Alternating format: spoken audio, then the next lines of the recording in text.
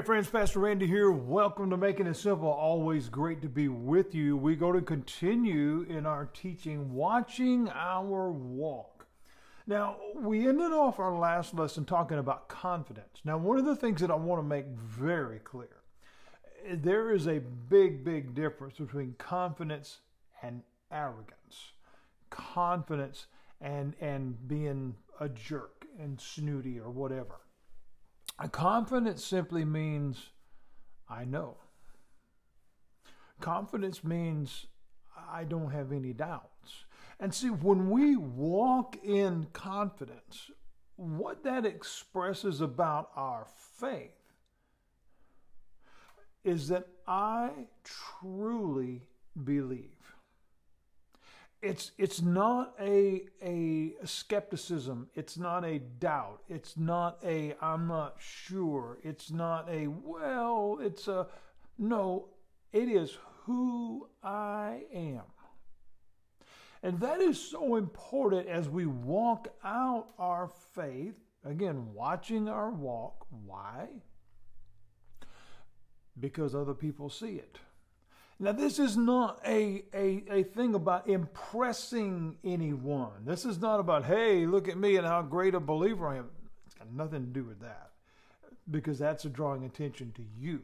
See, our walk should draw people's attention to Him through you. And if I'm walking in confidence, if my walk is expressing confidence and saying, you know what? Yes, the world's upside down. Everything's chaos and the winds are blowing and the storm is tossing but I really believe God's going to get us through this. That shows something to someone. That lets someone see, wait a minute, I need to know more about that. Because again, our walk, and even through the course of this entire study, our ways, our will, all these different things, what are people seeing? And it's ultimately this: I either believe it or I don't. There's really no middle ground here. There's no gray area here. There can't be.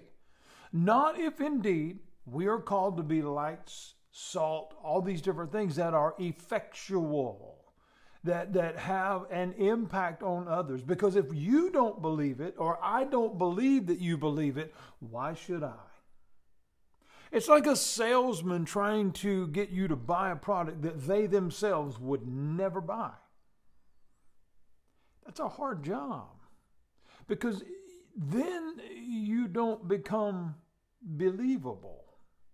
And this is so important that we understand this, because our walk shows whether we believe it or not.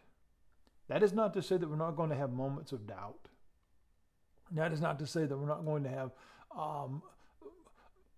moments of struggle that we wrestle with, because it's just like, and again, I've gone through this many times recently, because I've not that long ago taught it in a class in a Wednesday night session that we were teaching. But to me, one of the most, if not the most, human relatable as far as the way that we live on a daily basis verses in the entirety of Scripture, that really alleviates all of the arguments from a theological points and all this other stuff. It's when Jesus is speaking to the Father that is asking for healing, and the Father says, I believe, but help my unbelief. That passage is so real and so humble. That's where we have to get. Our walk needs to express that in our faith. Our walk needs to be able to show others, I believe. And I'm not telling you that I don't have moments. I'm not telling you that I don't struggle. That's not what this is about. I have a confidence in my faith. I believe that Jesus is the truth, that he is the way, he is the life, that I believe that no one comes unto the Father but by him. I believe that he is the only name by which one can be saved. If I'm truly looking for a reality-based faith, if you will, then I, first and foremost, as the carrier of that, the one that is walking that out before others, I have to show I believe that. Because if I don't believe it, why or how can I expect you to? And that is one of the bigger arguments in the world today, is because why do y'all have so many denominations, and why this and why that, and how can... See, we have all this great division within the body. And then we find ourselves, well, how did the world get this way? Well, because if you go forward and look in Revelation as Jesus is speaking to the church, it's somewhat of a rebuke, meaning a correction, a question about, okay, so you're angry at the world for acting like the world, and yet what example did you give? Think about that for a minute. If my job is whatever, XYZ, right? And my job is to instruct those or lead those that are watching me, observing me, or that I'm in direct, overage for, or whatever. And I don't reflect any of the things that I'm asking them to do. I don't reflect any belief in the product that we're selling or the item that we're doing. Why would they listen to me? See, confidence in what we stand for is number one.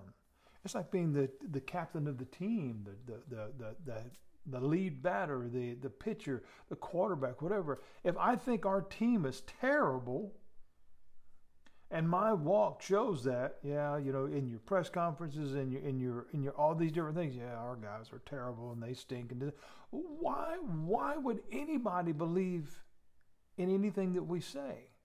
We have to understand this in totality, friends, as the church. And again, this is not pointed at any one particular gathering of people in one building on a Sunday morning. This is to the church universal all over. If our walk is not a walk of confidence, not arrogance, confidence in what we believe, why would anybody else believe it? I think that's a valid question. Arrogance turns people away. Cockiness and peacock strutting and I'm right and everybody's wrong and the finger pointing and the judgment and all that drives nobody in your door. It makes them turn around and go the other way. However, if we walk in confidence, if we walk in strength and unity and all the things that God has called us to do, that's inviting. You see, the division within the church over doctrinal things and theological things and traditional things and all this man-made stuff that we've added to Scripture is harming us. It's not making things better, friends. Jesus said, "You are to be my ambassador. You are to be witnesses unto me." A witness is what someone sees, not what they say. So what do others see? They see your walk. And they see how that walk is carried out, whether it is with doubt, whether it is with confidence, or whether it is with arrogance. So the question is, when others watch your walk, who are they seeing? This is important. And not only who are they seeing it with strength and confidence, or doubt and questions? Because that changes everything. Kind of didn't get all the points I wanted to get to today, but that's okay. We'll be back, Lord willing, on Monday to wrap up this teaching on watching our walk. I pray it's been a blessing to you. God bless you.